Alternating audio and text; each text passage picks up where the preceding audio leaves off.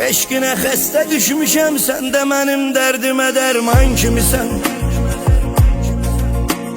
Ruhum sənsiz üşüyür, damarlarımda dolanan qan kimisən.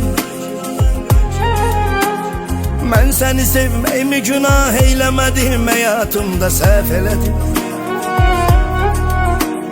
Narzular qaldı yarım, narzuları əllərimlə məhv elədim. Yadındadır mı sen idin tek nefes almağıma sebep şar ürəyim.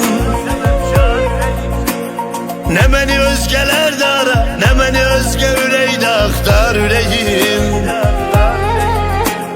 Qənim kesildim mənə, sen qəstimə durdun, qəti düşmənim kimin.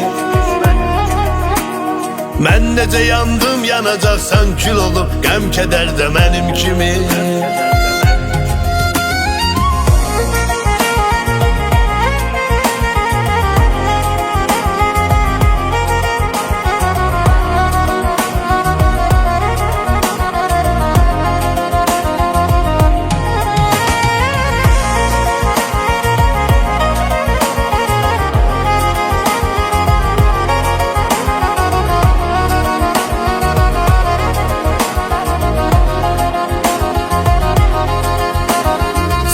Olub tek geceler sübhə qədər sızlamışam, ağlamışam.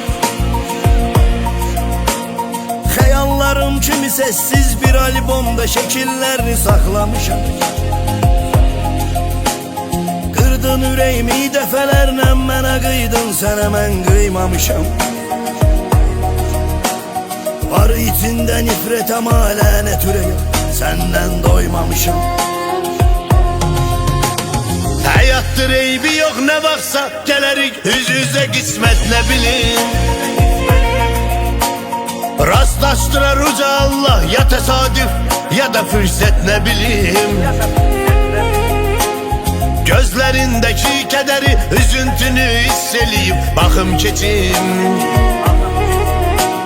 Gözyaşı tek yanaklarına damla damla, narın narın akım keçim.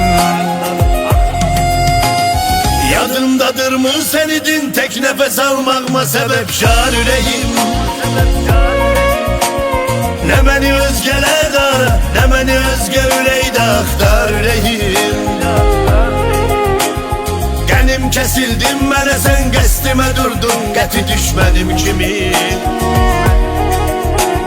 Mən necə yandım, yanacaqsan kül olub, qəm kədər də mənim kimin.